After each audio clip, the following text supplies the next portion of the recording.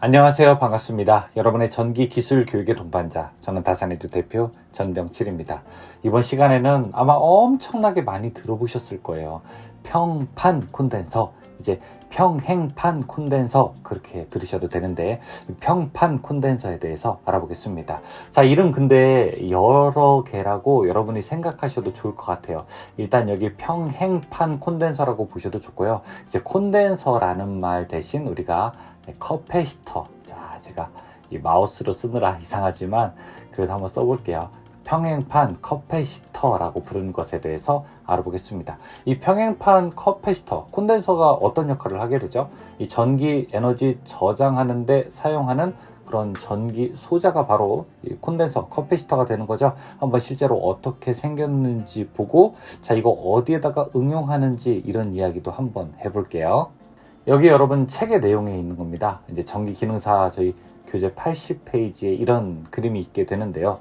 처음에 여기 이제 도체가 하나 있죠. 그쵸? 도체판이 하나 있고, 자, 그 밑에 또 도체판이 있습니다. 두 개의 도체판이 있고, 자, 그 사이에 유전체라고 하는 것을 넣게 되고요. 그 다음에 위아래로 각각 연결 단자가 있습니다. 이제 여기에서 우리가 조금 기호가 있는데 A라고 제곱미터라고 표현되는 걸로 보아서는 A는 면적이고요. 그 다음에 L 미터라고 되어 있는 걸 보니까 이 평행 도체 사이의 간격을 이야기하는 것 같네요. 자, 그 다음에 여기 유전체라고 되어 있는데 우리가 아직 보여드리지는 않았지만 여기에 이렇게 엡실론이라고 해서 우리가 유전율이라고 하는 것을 넣어야 되겠죠. 그래서 이 커패시터에 우리가 정전 용량 얼마나 전기를 많이 저장하느냐라고 하는 것은 이렇게 C는 우리가 혹시 공식 기억하세요? 엡실론 하고 이렇게 L분의 그 다음에 A 이렇게 표현을 했었죠. 그래서 이 엡실론이라고 하는 것은 또 이 진공의 유전율,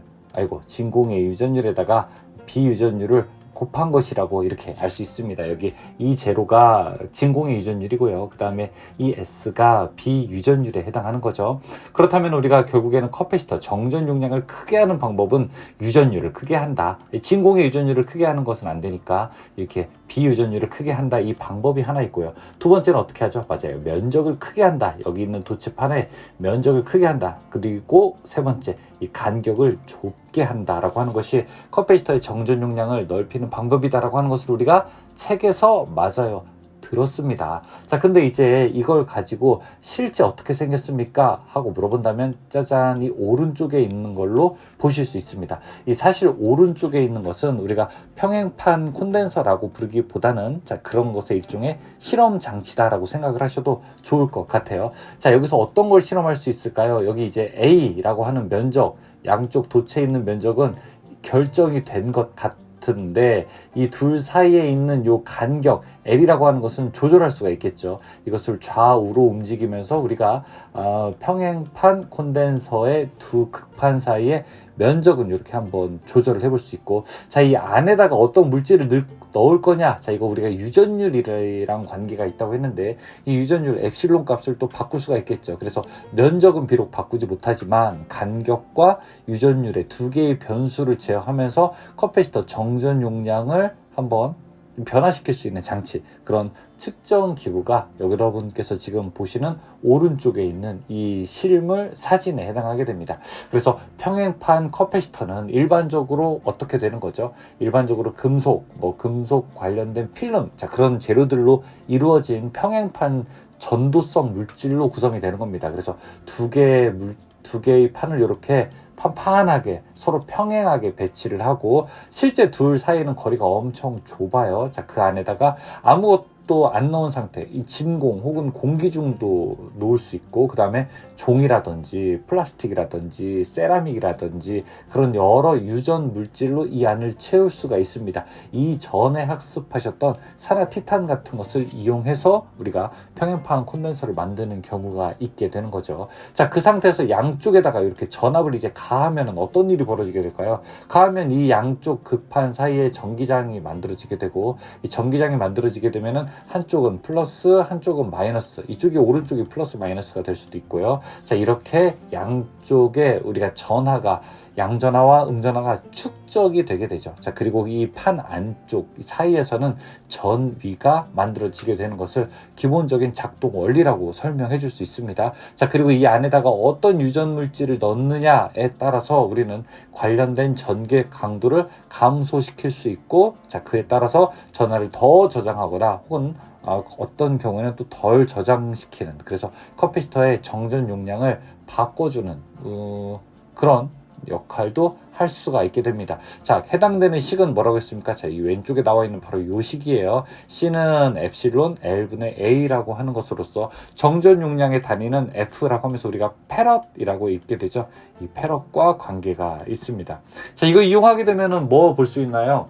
여러분, 우리가 보통 이제 전자회로에 들어가는 여러 가지 소자들 중에서 커피시터 이런 구조로 되어 있는 거. 근데 이제 이런 구조로 되어 있지만 뭐 돌돌 말려 있는 형태도 있고 좀 다양한 형태도 있습니다. 자, 그리고 여러분께서 혹시 콘덴서 마이크 이런 거 들어본 적 있으세요?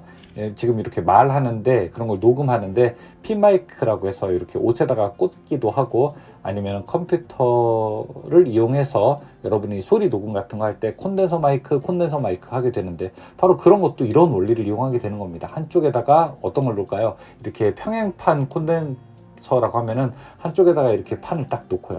예, 움직이지 않는. 그 다음에 한쪽 판에다가는 좀 이렇게 진동하는 그런 움직일 수 있는 판을 하나 놓게 됩니다. 그래서 둘 사이의 거리를 일종의 이렇게 L이라고 생각하시면 됩니다. 그래서 이런 마이크로폰 같은 경우에는 한쪽이 여러분이 만약에 이렇게 막 말을 하게 되면은 진동하게 될 거고요. 진동이 울리게 된다면은 그러면은 그 판의 간격이 떨림이 이렇게 진동하게 될 거고, 자, 그때 이제 전압을 증폭하게 되어서 이 음압에 따라서 전극 간격이 달라지는 원리를 이용해서 이 정전 용량의 변화로 인해서 바로 이런 것들을 우리가 증폭해서 음성 신호로 만드는 것이 이제 콘덴서 마이크로폰, 콘덴서 우리가 뭐 마이크 이렇게 보통 이야기도 하게 됩니다. 보통 여러분께서 사용하시는 꽤 많은 마이크의 형태가 바로 이런 콘덴서를 이용한 형태라고 볼 수 있습니다. 자, 그럼 관련된 내용 한번 인터넷에서 검색해 볼까요? 이렇게 우리가 패러럴 플레이트 콘덴서라고 여러분께서 쳐보시게 되면은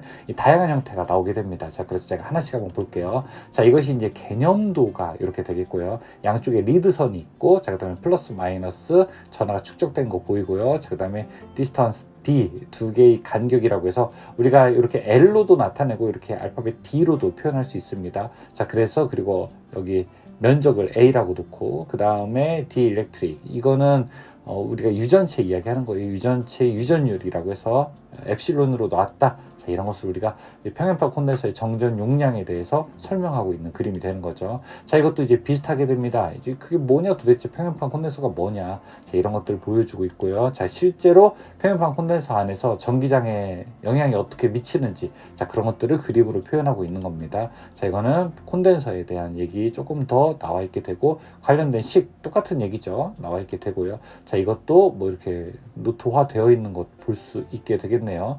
자, 그리고 관련된 내용도 조금 더 이렇게 볼 수 있고, 평행판에 대한 얘기 나오고, 아까 이제 실험 장치들, 자, 이렇게 이제 실험 장치들에 대해서도 보여주고 있고요. 자, 여기 이제 유전율에 대한 것들, 이런 것들도 보여주고 있네요.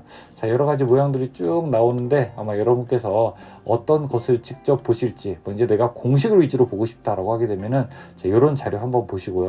좀 그림으로 보고 싶다라고 하면은 이제 이런 자료도 한번 보실 필요가 있고요. 이 전체적인 응용 사례를 보고 싶다라고 하면 이런 그림들, 이런 것들을 이제 돌돌 말아서 우리가 콘덴서로 만들 수 있는 이런 형태로도 실제로 응용될 수 있다로 기억하실 수 있고요. 자, 이렇게 이제 실험의 형태로도 나와 있는 것들도 있게 되고요. 자, 개념도 여러 가지가 있습니다. 자, 그리고 관련된 유튜브 영상 같은 것들도 여러분께서 찾아보시면은 많이 볼 수 있으니까 이런 내용 참고하시게 된다면은 이 평행판 콘덴서를 이해하시는데 조금 더 도움이 되실 것 같습니다. 자, 여기까지 우리가 평행판 콘덴서에 대한 간단한 이야기를 설명드렸습니다.